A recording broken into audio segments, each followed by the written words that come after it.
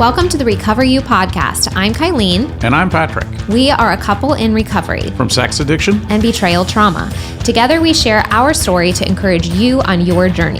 It's here that we talk about sex addiction, betrayal trauma, mental, emotional, and physical health, faith, and anything and everything needed to recover you to your most authentic self that God created you to be. Welcome, everyone, to another episode of Recover You. This is going to be a solo episode with Kylene today.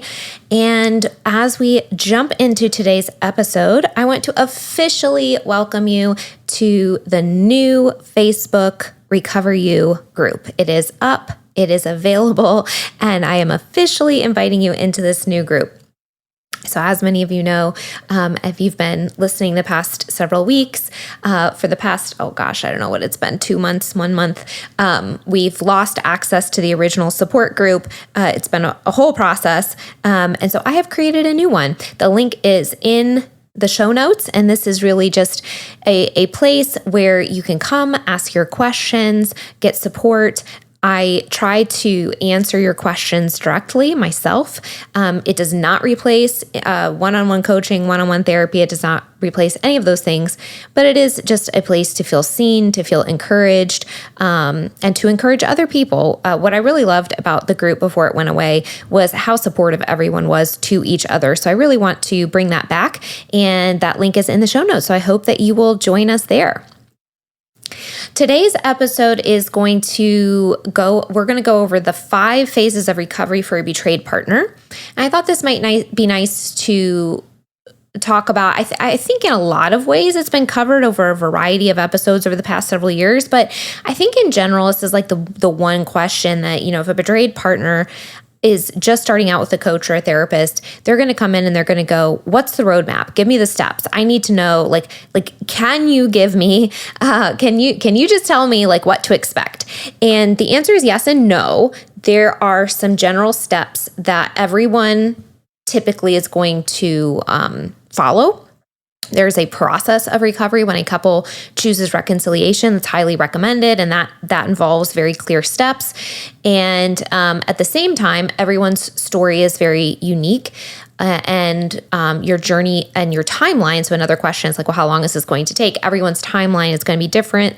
But again, there are a lot of similarities. There's a lot of commonalities, and there are some steps that everyone pretty much is going to go through, particularly if you're moving towards reconciliation, although that's not, of course, required. So I thought I would just sort of cover that today, and hopefully it can give you a little bit of a roadmap, a little bit of clarity. Maybe it will help you identify where you are on this journey. And I also want to, as I'm kind of going through these steps, I'm going to share what the steps are, what what the steps feel like what happens in those steps and phases. And then I'm also going to give you some questions that will, at the end of each step, kind of give you this idea of, okay, am I through this step yet?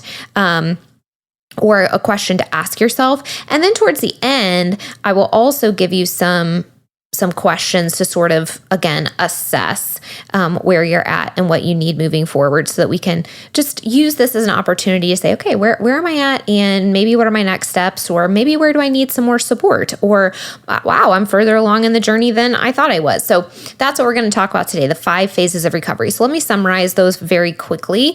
The first phase is shock. The second phase is assessment. The third phase is active healing. The fourth phase is creation. And the 5th phase is You 2.0. These are just my phrases, my little summaries of what these phases are. So I'm going to go into each one of these. But if you Google, shock, assessment, active, that's not something you necessarily will find on Google. So let's start with phase number 1, shock. This is an interesting phase, because I think shock is something where maybe we think that we are going to be in freeze mode during shock. I can't move. I can't do anything. What I noticed in myself and what I notice in my clients a lot is shock is a very proactive phase. Actually, it's the phase where betrayed partners tend to get a lot done. They are gathering the information. They're going straight into survival mode.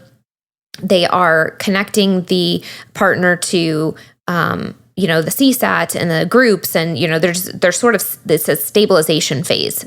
And so shock, it is really interesting because, again, sometimes we think we're going to be kind of frozen in shock, but really there's quite a lot that gets done. But one of the hallmarks, I would say, is that some of the deeper emotions haven't come out yet.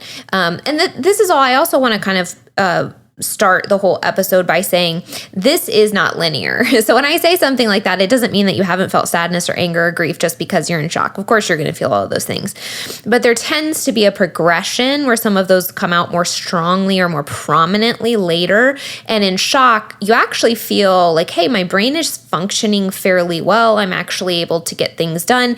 And if you think about this in terms of the nervous system and the stress response, a lot of the cortisol and adrenaline is kind of pumping through the shock phase because you just found everything out, and your brain is perceiving everything as dangerous.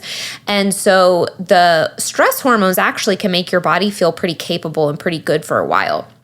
And so we actually can navigate this phase fairly well, feeling like we are doing an okay job, and you absolutely are. And it allows us, it's a very important phase because it does allow us to get things done. And some of the deeper grief, overwhelm, and things like that maybe come later. So shock tends to last longer than people think. Again, I think because we have a little bit of that misunderstanding of what it looks like. But one of the ways that you can sort of know is like, hey, have I really had time and space to fully grieve everything? And a lot of times that comes months later, not right after discovery. So shock's really, obviously, it's going to happen generally around discovery, around that. Sometimes people have a dramatic discovery where they find everything out. And that was sort of me, where over a couple of days, I realized like my whole life was a lie. My whole marriage was a lie, that sort of thing. Some people have little trickle information, and then there might be a particular day or a particular piece that was just the straw that broke the camel's back, or the thing that, really pulled the curtain back from the Wizard of Oz sort of thing, where it just took on a new reality. And that was the trauma, that was the discovery, that was the shock moment for them. So whatever it was for you, discovery is really going to be sort of that shock point. And it may include things like feeling very overwhelmed. Like I mentioned a little bit earlier, the concept of fight or flight, how it's going to play into your nervous system. And so you're going to have more cortisol rushing through your body, more adrenaline. Your brain is actually going to feel pretty good in that phase short term. And so you're going to be able to get things done, but you're also going to be questioning reality, probably experiencing some anxiety, often a lot of hypervigilance. Again, this is, if you think about it from a stress and danger perspective, your brain and your nervous system has just perceived extreme danger in your life, instability in your life, and its primary job is going to be looking for safety. So your brain is going to be really, really working hard here, looking for safety, and one of the ways that it does that is looking for danger. So there's going to be things like anxiety and hypervigilance, and of course, lack of trust, all sort of happening at the same time in this phase. So again, the brain's primary goal in the shock phase is to get to safety. It's what helps your nervous system calm down. And so that's actually, while the stress hormones are activated and allowing you to sort of get things done and set up that, I'm going to go find my coach, I'm going to help my partner find a CSAT, all these types of things. That's really important because this is as soon as possible, as soon as you have the information, as soon as you have access to these things, it's going to be important to set them up because that is part of creating safety. And so once a betrayed partner is able to perceive that, okay, the cornerstones of this foundation are laid, I can feel a little bit safe now, then that's going to help tremendously on their ability to begin their recovery process. Recovery for a betrayed partner really cannot truly deeply happen until safety is established. And so this beginning phase where it's a lot of, let me set this up, let me do this research, let me figure out who I need to talk to, where do we need to go, what's the structure look like? Once that's set up, it really helps with both individuals' ability to recover. So some of the practical actions here, like I mentioned, are, getting the partners both individually set up with practitioners, having the betrayed partner create some basic safety boundaries so that you can have, again, some semblance of stability and reliability and safety and structure in your life. So just sort of taking a minute to go, okay, this bad thing has happened. It has distorted my sense of reality. I'm not safe right now. What do I need in my life right now in order to create stability and to feel safe? What boundaries do I need to set with my partner immediately? And now these are going to change over the next couple months because you're learning more about addiction, about his behaviors, and then you're also going to learn more about how they're impacting you emotionally as everything sort of settles. But immediately you might go, what do I need to feel safe? Maybe I really want you. I remember I struggled with I want you to be the person who comforts me, but I'm also I logically know that you've really hurt me. And so I want to set this boundary of you sleeping outside of the room, but also I'm in extreme emotional distress. And so in those first couple of days and weeks, you may set a boundary and then you may need a hug. You may set a boundary and then you may, go down. Patrick slept downstairs for a long time, and I would go downstairs sometimes in the middle of the night and either say hi, or sometimes I'd have him come back up and stay with me or whatever. But and so I also want to sort of mention there with boundaries that with a betrayed partner always has the ability to set them based on what is going to make you feel safe. And then as trust is established, or as you are navigating things as a couple, those things are natural. I need a hug, or, I do want to cuddle with you today, or, that's not necessarily crossing your boundary or breaking your boundary. And so, if you have more questions about that, let me know, but I hope that's clear. So anyway, some actions in the shock phase. You want to create safety as the primary thing. So some of that is setting boundaries, getting set up with the right support, beginning to support your sleep and your nervous system, really just prioritize your ability to get sleep. What in the world is it that will help you? Because everything is so stressful right now, and sleep is where you recover. What is it that can help you get a good night's sleep? And then every day, really, asking yourself, what is it that I need to feel safe today? That's going to be really important. And a question that you can ask yourself in this phase is, what support do I need to face the truth as I move forward? That's going to be really, really important. Really, really important. What support do you need in order to face the truth as you move forward? Because truth is incredibly scary in these situations. A lot of times we don't want to hear it. There's so much that I didn't even know. I was so naive coming into all of this. So what do we need? What kind of support do we need? Because even learning more information can be in and of itself traumatizing. So that's shock. It's the discovery. It is, my world is totally turned upside down. I'm trying to sort of stabilize here and figure out what the heck is going on. Phase number 2 is going to be assessment. And so this is really, I think, the phase where a lot of, it's very difficult. This is a difficult phase. It requires a lot of effort on both parties' part. And it, for the betrayed partner, when I say assessment, a lot of times, obviously we would wish nothing more than tomorrow to wake up and be okay. I want to go from finding out that you cheated on me to knowing that you're in recovery and everything's going to be okay. And the unfortunate part of recovery is that it takes a significant amount of time for the trauma to be resolved in the betrayed partner. And part of what plays into that is seeing the addicted partner do the right thing consistently over time after the rupture, after the discovery, after the pain has been discovered. And so this second phase, assessment, is really, really important. And so what happens in this phase? This is the phase where the betrayed partner is gathering all the information. They're learning about the addiction. They're learning, will my partner get into recovery? Is he going to take it seriously? Is he going to take responsibility? Is he going to take this on himself? Is this going to be consistent, active, proactive, positive behavior? You're going to be assessing, how is he treating you during this process, right? Is he gaslighting you? Is he blaming you? Or is he taking it on and saying, this is something terrible that's happened in my life.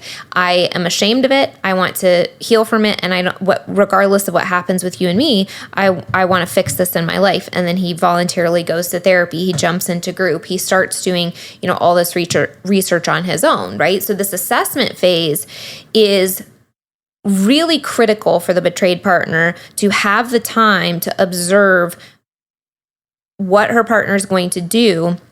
And one of the things that I like to tell my betrayed partners is to just be aware of the honeymoon period.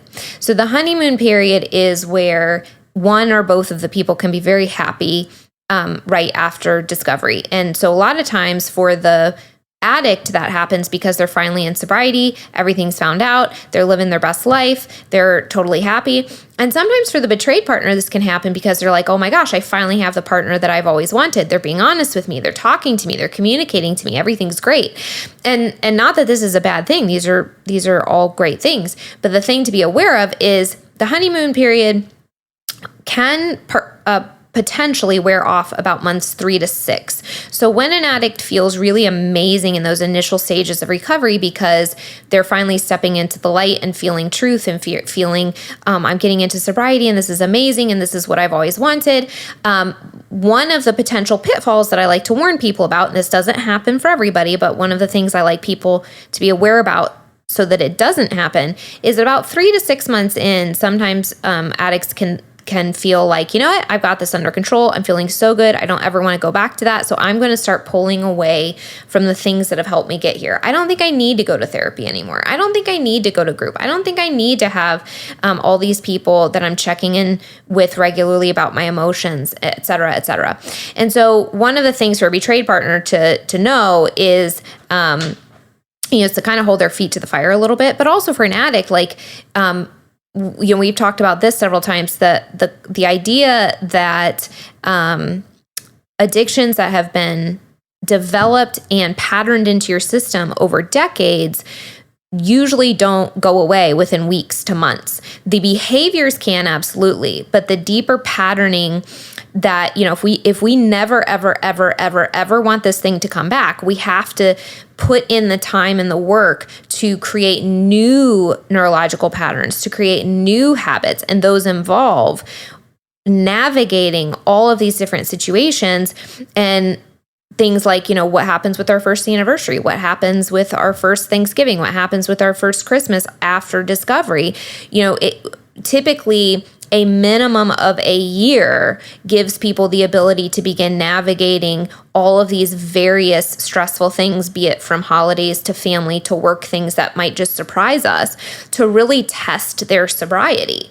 And so this assessment period for a betrayed partner is very important. Now, one thing that a lot of professionals will recommend if reconciliation is on the table for a betrayed partner is that you give yourself about a year before pressuring yourself to make any sort of decisions. And I don't necessarily, it may take longer than that, and that's fine. But sometimes if you're thinking that reconciliation is a possibility in your mind, sometimes thinking about it in the context of, okay, well, I'll see how this goes for a year. That doesn't mean you need to suffer through a bunch of relapses for a year or, gaslighting or abuse or any of those things. But if you have an addict partner who's really working hard, a year is a great amount of time to really see, are they going to be consistent with it? Is their heart really in it? And is this going to progress over time? And that's what really gives you the information that you can go, okay, I'm beginning to progressively throughout this year, my nervous system is calming down. And I am learning how to retrust here. And I'm seeing he's made it through the 3 to 6 month honeymoon phase. He's still voluntarily going to group. He still communicates to me about his emotions, these things that I was like, oh, wow, I really like this part of my partner, how he's changing. That's only progressed. It hasn't, declined. So it's a really good time to say, he's hit various stressors and this is still working for him. And that gives you a good idea of what's going to happen in the future. And again, anytime we have these patterns in our lives, we need to take significant amount of time and effort to create new patterns to replace them so that they become the new normal. So for the betrayed partner, this assessment phase is gathering information, watching to see if their partner is going to get into recovery. How is he going to treat you?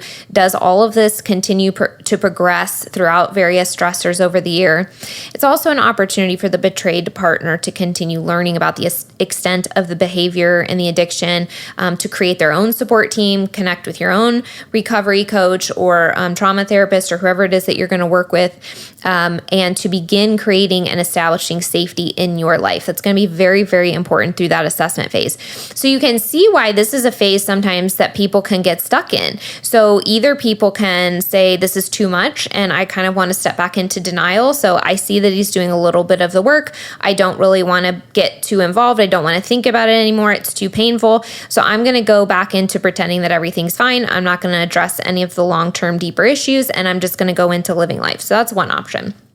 Another option is sometimes you may see people kind of beginning to identify with the victimhood, beginning to identify with the trauma aspect of it, and getting really, really stuck in the pain part. And so this is a phase where, again, it's very important to have that support with people and community and practitioners that understand what you're going through, so they can kind of help you navigate this and go, no, this is really normal. You know, this month that you're in, this emotion that you're feeling, these things are very, very normal. I tell that to my clients all the time. They'll be struggling with a particular emotion or a fear, and we'll kind of look at where they're at in, their month 3, their month 6, their month whatever. It's totally normal. Everything you're feeling in this phase is totally normal. If we were 5 years down the road and still feeling these things, that might be different. But having people that have already been through it be able to encourage you and help you understand, this is normal for you, can really, really help you through this process so you don't get stuck in this phase. Because again, the assessment phase is hard.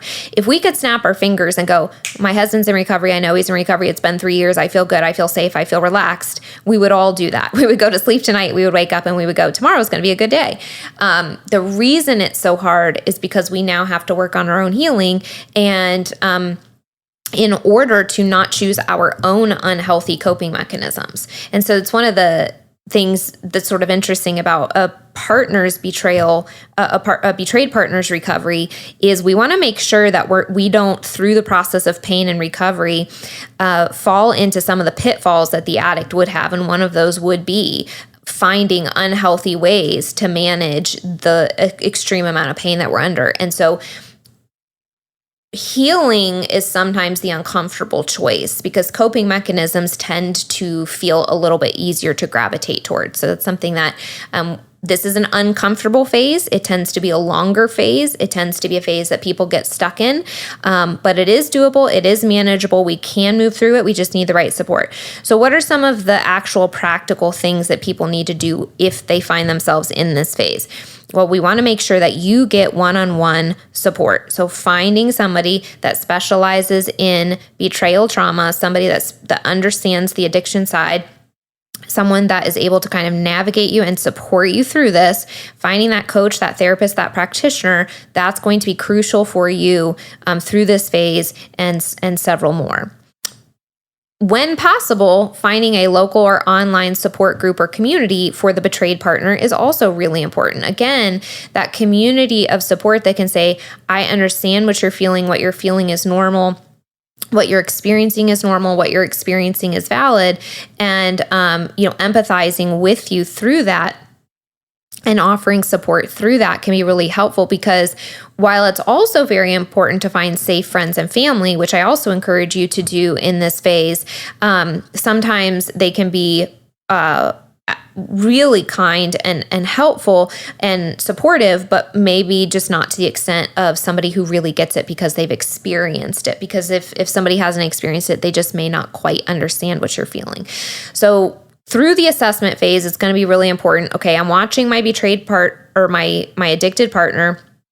They're getting into therapy. They are getting into group. They're doing their thing. We've created the structure. We've created some stability. I've set some boundaries. All right, now I'm going to watch all of this play out over time.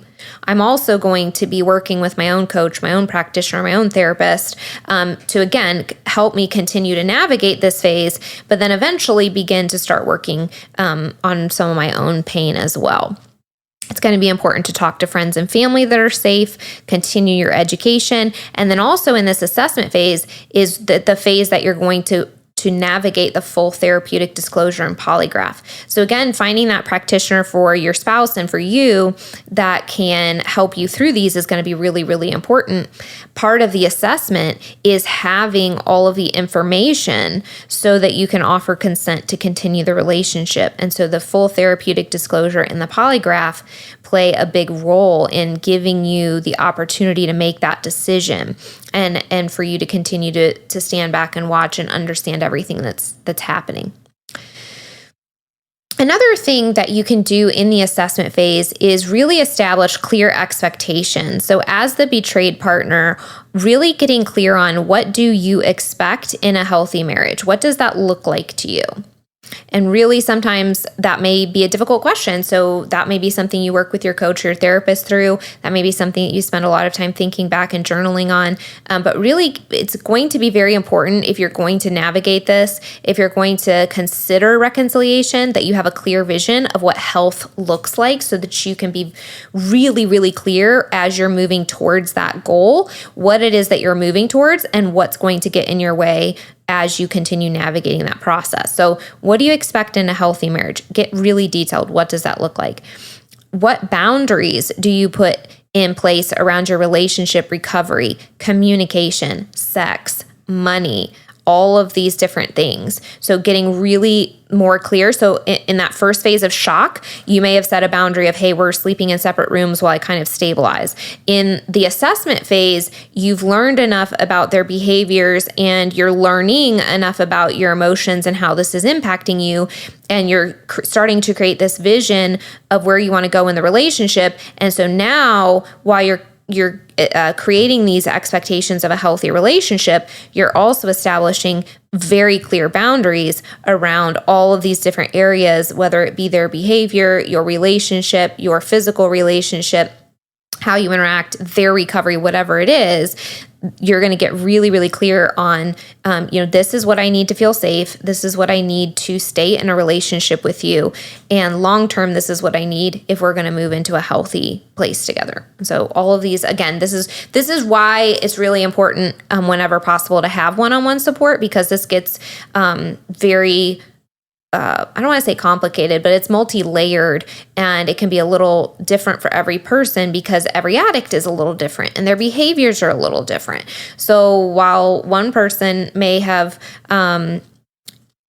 engaged it with a human being and it's a local situation, another person may never have engaged with someone in real life and it's all online, and those require different boundaries and they hit different pain points for the betrayed partner and things like that. So having someone help you navigate, how do I set boundaries? What does that look like? What are the consequences? How do I navigate that? How do I navigate my emotions around boundaries so I don't have to feel like a parent who's putting in rules? Those sorts of things can be really helpful to have a coach to work with, a therapist to work with, who very much is familiar with this specific process.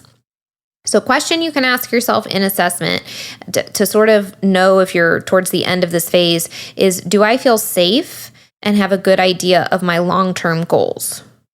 And if you can say, yes, I feel safe and I have a good idea of my long-term goals, then you are well through a lot of this phase already. The third phase is active healing. And this is the phase where this may be together or this may be separately. And so again, there's no right or wrong here. Some people choose reconciliation and their partner is committed to recovery and that works out. And for other people that does not work out for a variety of reasons, and that's okay. But phase number 3, whether it is individually or together, is the active healing phase. This is where your nervous system has begun to calm down. You've set all those boundaries. Things are going well. Safety has been established.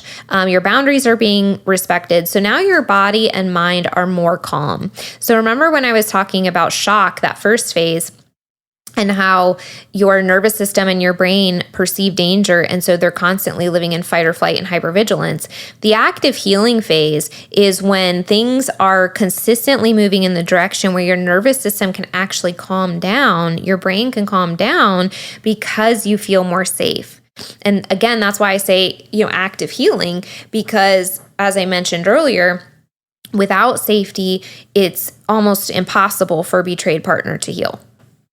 And when we have safety, we are in this phase of active healing. In this phase, again, you're going to have your boundaries being respected. Communication is going to be open. You're going to begin processing some of your deeper emotions. So it can feel a little ironic. Hey, I feel more safe, but now my anger is really coming up. Now my grief is coming up. What is happening? I thought I was doing better. When the body feels safe, when the nervous system feels like it can relax, some of the deeper long-term emotions may come up. The deeper impact of betrayal may show up. That doesn't mean you're doing anything wrong. That's a natural part of the process as your body begins to relax, because when you're in survival mode, you can only focus on so many things at one time, and your really primary focus is survival. Once you get out of survival mode, you can begin the process of active healing. And in that process, you're going to begin to assess the long-term fallout, the long-term implications of how this has made you feel and what has happened here. This is really, really, really going to be a time of mental, emotional, and physical nourishment. So again, when you start to feel safe, you may begin to feel more fatigued. You may begin to feel more tired. You may begin to feel a little overwhelmed. You may think, hey, everything's been going great. I went through shock. I went through assessment. My husband's doing really well. We've connected. We have all this structure set up. Why am I now feeling all of these emotions? And again, that's because your body is able to relax and feel safe. Know that that is a normal phase. And now what we need to do is allow your body the opportunity to have a little more sleep, to have a little more nourishment, to be a little more gentle on yourself. Allow these emotions to come through so we can move through them together and get to the other side. We don't want to bypass this phase. It's like I mentioned earlier, coping mechanisms sometimes can feel easier to choose because they're more comfortable. When I start to notice, hey, I thought things were going well, I really just want to have a day of happiness. I'd like to have a normal weekend with my husband. He's doing great. I should be doing great. Try not to judge yourself. We don't want to bypass this, and we don't want to skip it. It's a very, very normal phase where all of the emotions need an opportunity to come up, and they're typically not going to completely do that until safety and stabilization has been created in the home environment and in your body. And so the safer you feel, the more likely that some of these emotions are going to come up. And again, I know it's going to feel frustrating because you're like, I thought we were doing well. We've been checking off all the boxes. Now I'd like to just enjoy life with my spouse again, and I want to hold on to that. But try not to bypass this phase. It's going to be very important. We don't want to shove any of the emotions down into our body because that will show up later. Back pain or digestive issues or anxiety or depression, or different ways that our body can just hold on to these emotions if we don't allow them the complete and full opportunity to express themselves and move through. So again, really important here, if you're not sure, how do I do that, to work with somebody that can help you navigate this process. Let's now begin to start dealing with the emotions that are associated with this pain. So a question you can ask yourself in this phase to know if you're almost through it is, am I able to identify my emotions? Am I able to identify my limiting beliefs, fears, and insecurities? And do I have the tools to effectively process them? And if you're not sure about that, then again, reaching out to a coach, a therapist that can help you with that. There's a link in the show notes if you're interested in working together. But if you are somebody that maybe has gathered a lot of tools and resources and you can answer yes to that question, you've already done a lot of that work, then you may be well on your way to moving through the third phase of recovery.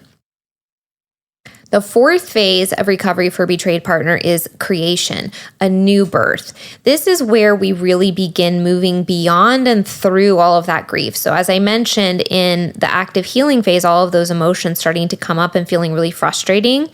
The creation phase is when, okay, we've done the work. We've gotten all of those resources. We really allowed our anger. We really allowed our grief. We've really allowed our sadness, our betrayal, all of them to be fully processed and expressed in healthy ways and to move move through the body. We didn't bypass that. We didn't ignore it. So now, because we've given it that space, we're beginning to move beyond the grief. Triggers are fewer and further apart.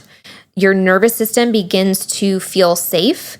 You know where you or your relationship is heading, and so you begin to build something new. Or again, if you're not choosing that direction, maybe the decision has been to separate. And again, you have that safety. You've moved through your emotions. You're beginning to create a new life. So still applicable regardless of what path you're on. If you are together, you're in this creation phase, you're rebuilding trust. If you're not together, you might just be rebuilding trust with self. So if you're together, you might be rebuilding trust with yourself and with the relationship. If you're not together, you may just be rebuilding trust with yourself. You're going in the creation phase, you're going to begin to find purpose in the pain. So you're going to begin to see some of the good things that may have come from this process. That concept in the shock phase or in the assessment phase may be offensive. What good could possibly come out of this? When you've moved through so much of it, that piece of reflection can come in a little bit. And so in the creation phase, some of those thoughts may be coming in. This is the phase where you're really going to begin engaging in the world again. You're going to be sort of not feeling as defensive, not feeling as wounded, not feeling as hurt, not feeling as weak, as vulnerable.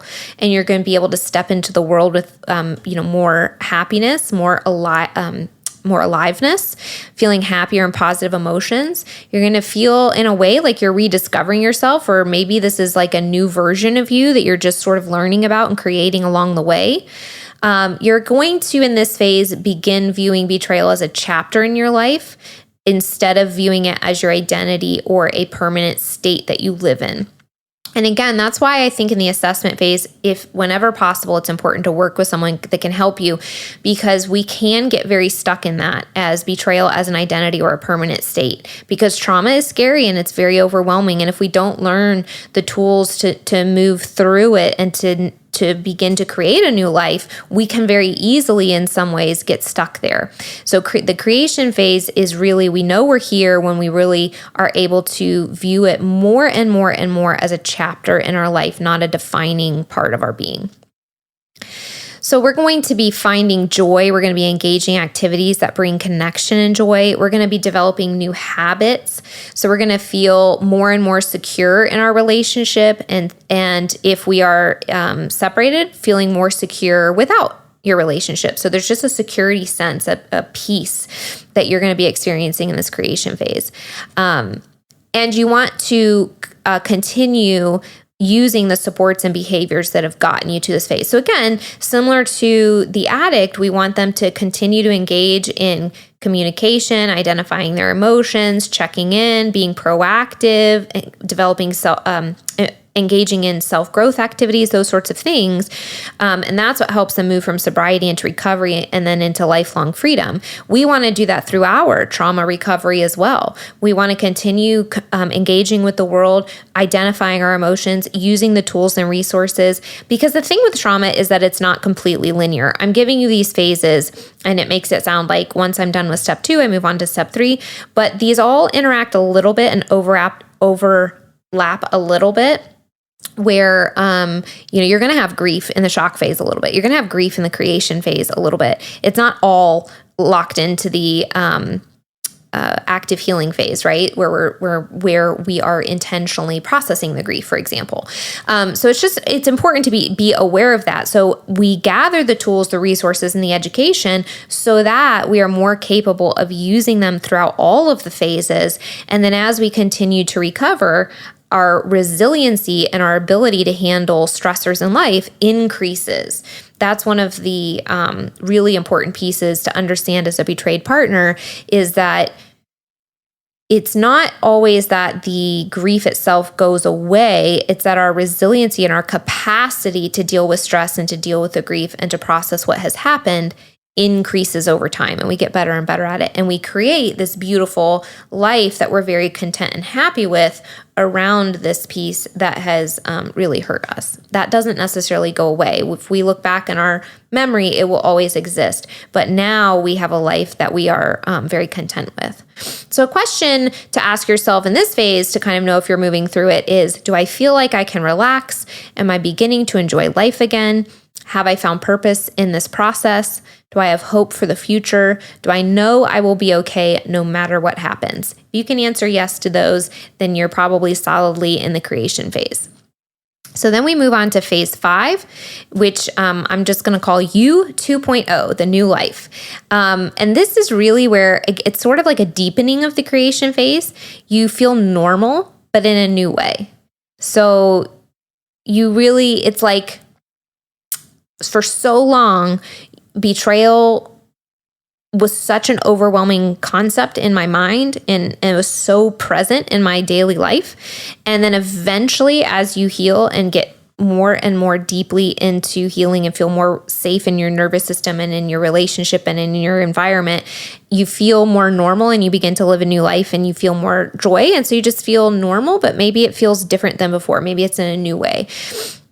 You now have the tools and resources to address whatever comes up in the future. So again, like I said, you've gathered the tools, the resources, the practitioners, the support team. Maybe you're not seeing your coach or your therapist weekly anymore, but if you need them, they're there. Maybe they gave you some emotional processing tools that you can use at home, and now you are able to use those, and you know exactly what to do. If you feel anger, if you feel sadness, if you feel grief, you have some tools that you can use, etc. You find more joy and purpose in life again, and again, you feel safe and secure. It's like that deepening of the security, the deepening of the safety. You're solidly living in your parasympathetic part of the nervous system. This is where creativity, this is where healing, this is where joy are able to live. And so in this phase, you create the life that you want, you live the life that you want, and you enjoy the life that you want. So those are the 5 phases: shock, assessment, active healing, creation, and you 2.0. I'll just pause here and ask, where are you? So if you find yourself in shock, let's ask the question, what actions can I take to begin establishing safety today? This might look like boundaries, having a conversation, supporting your sleep, things like that. If you have identified that you're in assessment, let's ask the question, what information do I need? What support tools and resources do I need? Do I have at least one non-professional support person and friend? So at this point, are you connected to a coach or a therapist? Have you moved through full therapeutic disclosure? Do you still need to do that? Is that where you're headed? Etc. If you've identified that you are in the active healing phase or moving towards that phase, let's ask the question, what fears, insecurities, triggers, or beliefs are keeping me stuck? What resources do I have or need to support me? So again, this phase is where we're identifying a lot of the long-term emotions. So what are the insecurities, whether they be, things like I'm not enough, if it's extreme grief that keeps coming up, if there are recurring triggers that your brain keeps bringing up to your mind, what are the things that are kind of coming up regularly for me, and what are the tools and resources that I need to begin to process those over time? If, as I was talking, you really identified feeling like maybe I'm moving into the creation phase, then a question that you can ask there is, what activates and lights me up?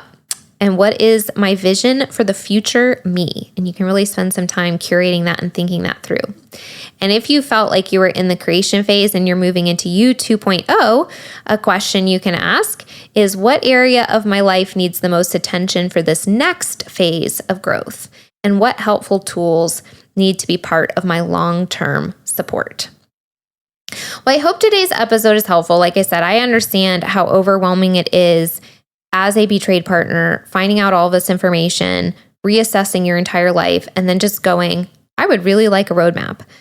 So I hope that understanding these phases has provided a little bit of a roadmap for you, a little bit of clarity for you, so that you feel like you have a clearer idea of where you are. Like I mentioned, the assessment phase is probably the bulkiest phase. I'd say the assessment and the active healing. The assessment is probably maybe the hardest.